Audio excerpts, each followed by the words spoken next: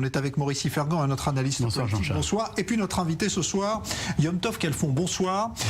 Vous êtes ancien député pour le parti Yamina, le parti de Naftali Bennett à la Knesset. Votre éviction il y a quelques jours a fait grand bruit, évidemment. On va y revenir dans un instant. Mais d'abord, Maurice, un mot de la situation ce soir, parce que c'est très compliqué. On a cette députée du parti Meretz qui dit qu'elle se retire de la coalition, mais pourtant, la coalition ce soir, théoriquement, est toujours en vie. Alors qu'elle n'a plus de majorité. Elle n'a plus de majorité. Disons que aujourd'hui, la coalition parlementaire, c'est 59 députés. Et je dis bien aujourd'hui, parce que rien n'est encore définitif. On ne sait pas en vérité si Jida Rinaoui Zouabi, qui a quitté la coalition officiellement, qui a écrit une lettre à Naftali Bennett et à Yair Lapid pour lui dire que c'était terminé, qu'elle ne participerait plus à cette coalition, on ne sait pas si elle va voter contre le gouvernement, contre des projets de loi du gouvernement, ou si elle va s'abstenir et disparaître de l'hémicycle, un peu dans le style Edith Silman, qui elle aussi a quitté la majorité pour rejoindre l'opposition, mais elle ne vote pas avec l'opposition, donc pour le moment on est à égalité. Donc 59, c'est plus de majorité, mais c'est pas encore la chute du gouvernement annoncée. Il faut attendre, disons, on aura une réponse définitive mercredi si l'opposition, si le Likoud dépose une proposition de loi pour la dissolution de la Knesset, comme on l'envisage. Là, il faudra bien que Jida Rinaoui Zouabi se prononce pour ou contre ce projet de dissolution. Si elle se prononce pour le projet de dissolution avec Edith Silman, ça veut dire qu'effectivement on lance un processus de dissolution de la Knesset qui peut éventuellement nous amener à des élections aux environs du mois de fin septembre, début octobre. Alors vous restez avec nous Maurice, on va parler de politique puisque notre invité est concerné au premier chef, Yom Tov Khalfon, bonsoir. Donc d'abord un mot sur cette situation. Est-ce que pour vous, ce qui est en train de se passer, c'est la mort annoncée de cette coalition ? Cette coalition, déjà, quand elle a été formée, c'est une coalition qui réunit les extrêmes de la droite, la plus nationaliste, dont je faisais partie, à l'extrême gauche et donc les partis arabes, dont Rinaoui Zouabi fait partie. Dans sa lettre, Rinaoui Zouabi se plaint de ce gouvernement qui est trop à droite et sur les questions du mont du Temple et sur les questions de la sécurité. On sait, j'en ai reçu les critiques personnellement, que beaucoup considéraient ce gouvernement comme trop à gauche et lié aux Arabes. Donc on voit bien que cette coalition unique dans l'histoire du pays tient difficilement. Est-ce qu'elle va tomber immédiatement? Je ne le suis pas certain.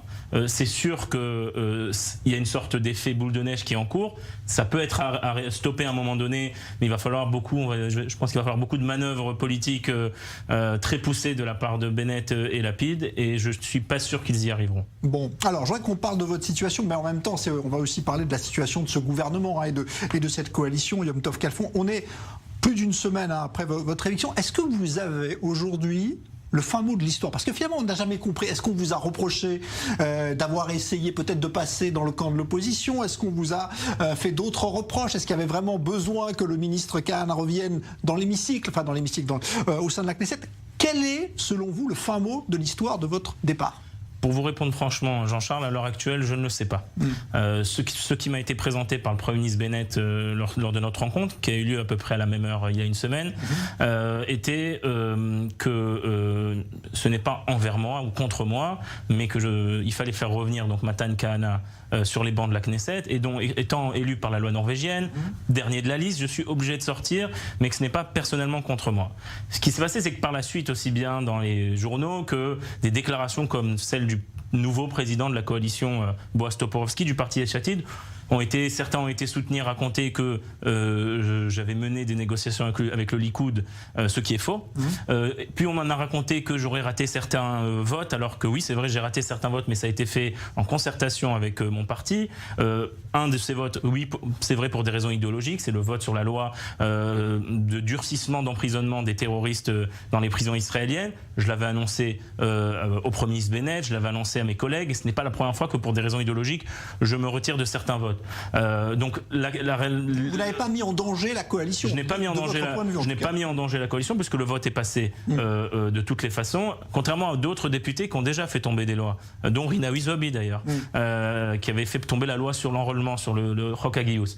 Et donc quand je vois qu'il y a plusieurs raisons qui sont données, parfois j'ai un peu l'impression qu'en réalité il y avait une cible qui a été marquée et on essaye de faire le rond. Alors je ne sais pas. Est-ce que vous pensez que le parti, on a dit que le parti RAM, le parti donc islamistes, avaient peut-être pu demander votre tête parce que vous étiez allé sur le mont du Temple. Ça a été dit. Ça a été, oui, alors, j'ai entendu cette option aussi. C'est vrai que je suis pas seulement monté sur le mont du Temple, j'ai fait réouvrir le mont du Temple le jour de Yom HaAtzmaut, après qu'il ait été fermé pendant 2 semaines. J'ai agi en concertation avec le Premier ministre Bennett pour que cette décision soit prise. Et puis je suis parti moi-même pour 2 raisons. Je suis monté sur le mont du Temple, premièrement pour des raisons personnelles, religieuses, mais aussi en tant que député, puisque j'ai fait réouvrir le site, je voulais vérifier que ça se passe bien et que ça soit appliqué. Ça m'a été évidemment critiqué. Maintenant, j'ai toujours Par dit... Naftali Bennett aussi ?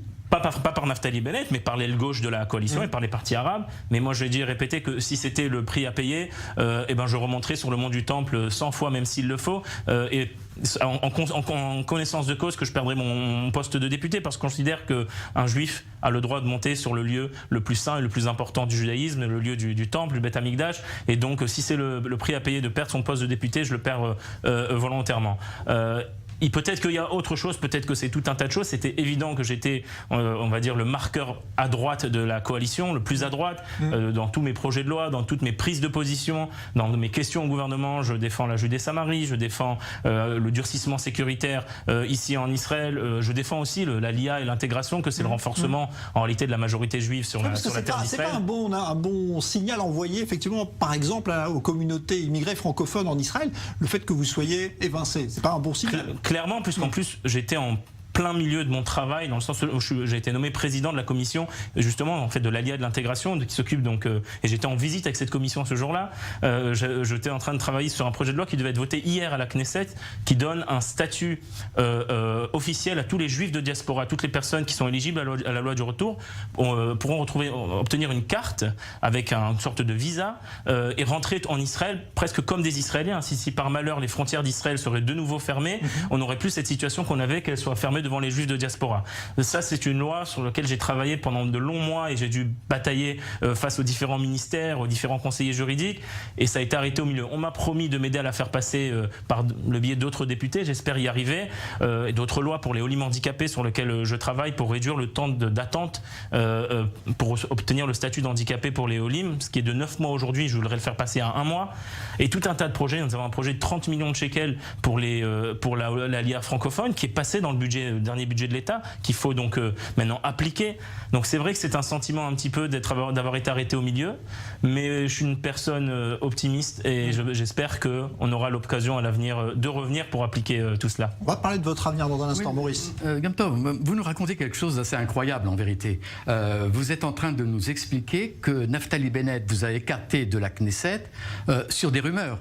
Est-ce que le Premier ministre n'a pas les moyens de vérifier exactement ce que vous dites? C'est-à-dire que vous ne vous êtes pas absenté pour des raisons, disons, politiques. Je ne comprends pas. Je veux dire, Naftali Bennett est quand même entouré et il a la capacité de savoir exactement ce qui s'est passé. Si vous le publiez même sur Twitter, vos rendez-vous, donc il doit pouvoir vérifier. Comment se fait-il qu'il ait pris en considération ce que lui disaient les responsables de Yesh Atid ou de RAM? Quand je lui ai posé la question, est-ce qu'il croit aux rumeurs, il m'a répondu que non. Il m'a répondu que selon leurs informations internes, ils ont une cartographie des potentiels déserteurs. Mon nom n'y apparaît pas. C'est ce qu'il m'a dit, ce sont dans ces mots-là. Donc j'espère qu'il n'y croit pas. Maintenant, cela ne veut pas dire que j'ai envie de dire que quelqu'un ou un autre parti de la coalition n'a pas demandé ma tête. Et dans une coalition, je ne sais pas, dans une coalition aussi fragile, et on le vit au quotidien, c'est possible que c'était justement ça le prix à payer. La raison officielle, c'est stabiliser. Il fallait stabiliser la coalition, donc je suis mis à l'écart pour stabiliser la coalition.